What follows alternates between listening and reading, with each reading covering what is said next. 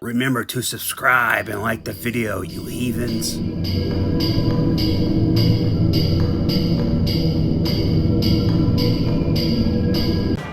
Spoilers ahead, you've been warned.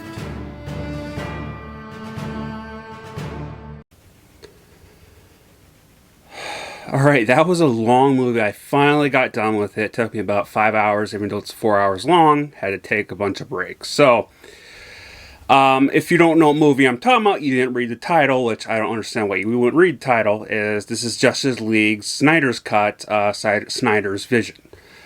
So if you don't know the whole story over the years of what led to this, the whole movement of hashtag release the Snyder Cut, then you're clearly not on the internet a lot, and you know, it's just something you go look at it, look into it if you want to take the time, or ask someone who may know. I'm not going to spend the time to explain it. I was going to, but I figured that would make the video too long.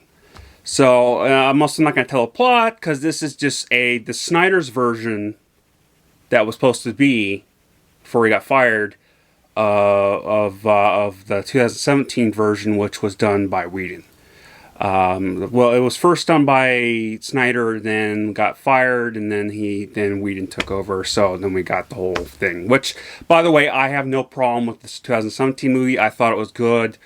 I loved it. If I were to give that a rating, it would definitely be a 2.5 out of 5 axes. I don't remember what I gave it. I believe I did a review on it. Just forget about that. But I thought it was enjoyable. It was more of a kid's movie, if anything. So I was hoping more of what we got with this. What people wanted was a more dark theme to it. And it was. It was really more dark. There was swearing, there was violence and killing, and a lot of good blood in here. Well, a decent amount of blood. And it wasn't bad. The original scenes we saw in 2017 were more in depth. There was more things were added to it, more depth to the story from Batman's part, from the Flash, what stuff we did get in deleted scenes are in here, from Aquaman to Cyborg's character. Unfortunately, there were still jokes in there. Some of the jokes were still in there from that were in the other ones. The other ones there were some that were taken out. But Snyder kind of made it more serious, so it kind of made a layover with the dramatic music over top of the jokes. So they kind of came flat, but they weren't really cringy in my opinion. So, and then they weren't really necessarily cringy in the first one, but then also that was 2017. So my mind is definitely different from viewing stuff than it is then. Now the characters that I didn't care for in this version was the Flash. I thought he was pretty childish for the most part from beginning to end. You know, his suit is still cool. In the original one, 2017, like I said, my mind has changed of how I view things, so I didn't have a problem with that then, but I do now. Not the suit, I like the suit. Then and now. Batman's suit was, Batman's suit with Ben Affleck. I thought, it was okay. It was okay. I have no feeling either way on Ben Affleck's Batman. I don't hate him. I don't love him. Cyborg's character, though, I think out of all the characters in here, he was pretty bland. His acting, and it's kind of funny that the actor has been making a lot of waves behind the scenes, so we'll see if he even continues to play. But then again, we got Mira, who I actually do like, and I don't care about the actress's problems, but she does have this whole drama behind it and people hating her. So, and again, I don't care. I personally like her. But what actually stood out to me the most is actually how badass they made Wonder Woman in this. Snyder did a very, very dramatic job with this. And it makes me kind of wonder, as wondering through this, like, we got something with Wonder Woman that was so badass, every scene she does, but we didn't get that with Patty Jenkins, under Patty Jenkins, with Wonder Woman and the second Wonder Woman, which I both liked, as you know, but I felt like he did a way more better job. And I know Patty Jenkins is co-producing and co-directing with him, along with Aquaman, I think, is whoever did Aquaman and stuff. So, but you know, I just feel like they missed out she missed out on a huge chance of doing Wonder Woman like this. It was more of a love story, which again, not a problem with me. I know I have a lot of problem with it, but I like Snyder's version of Wonder Woman, or that. Now, what really stood out to me was actually the whole long scene we got of the Amazonian women on that island. I thought, out of all the scenes in here, that one to me stand out the most. I thought that was the most badass thing there. Obviously, a little bit of bias of a male, and there's tons of beautiful women on the island, but in the comic books, that's what they are. They're like goddesses. So, you know, but I thought it was really cool. I thought it was badass. I thought we got so much more in that scene. We got so much more in depth with the other scenes I've said. So we got a whole bunch of this. They definitely filled this out. Now, as that being said, I do wish this wasn't 4 hours long. I think at least 3 hours would have been done justice. They definitely did. You can kind of say that those were little bit fillers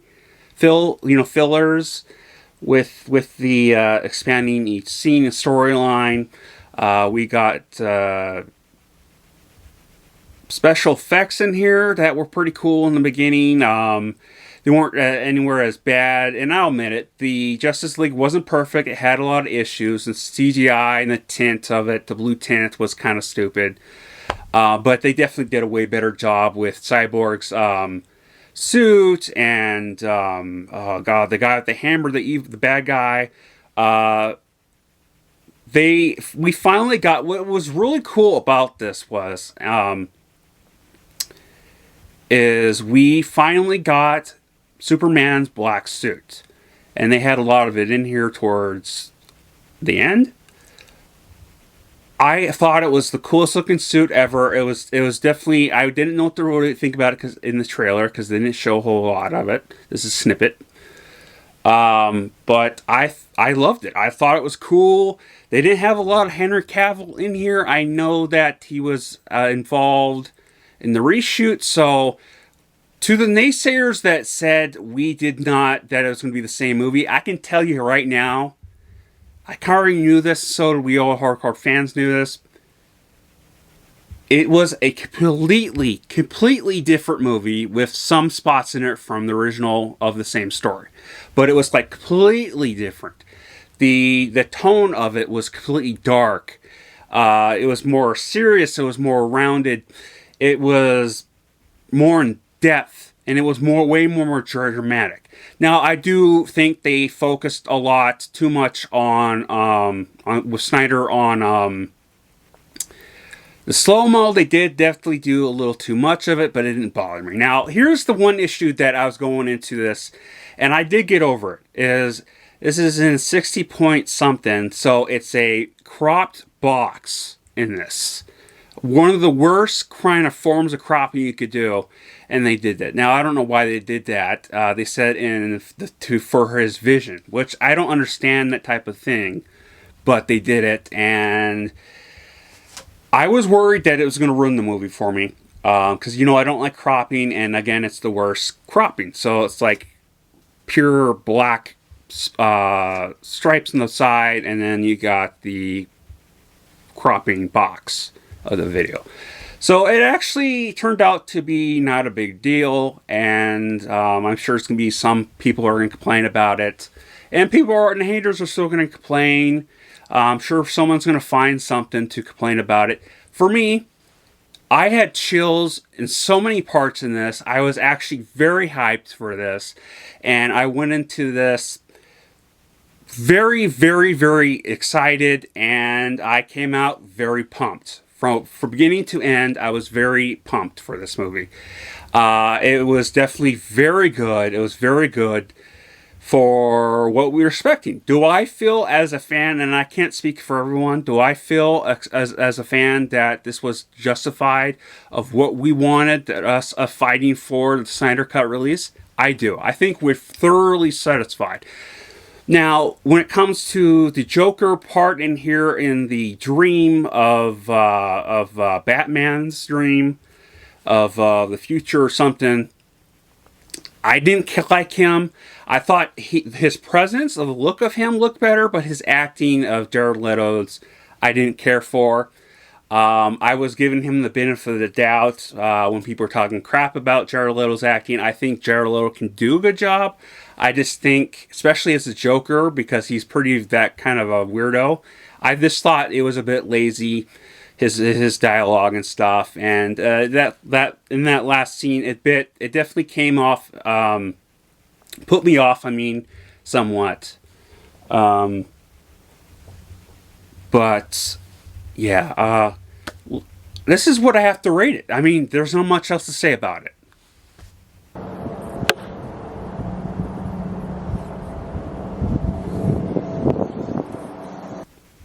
Yeah, I mean, it was a very, very good movie in my opinion. You may disagree, but I don't know how.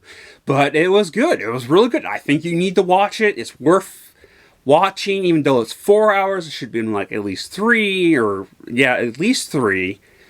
So, you know, less. So, yeah, I love you all. Please subscribe if you have not.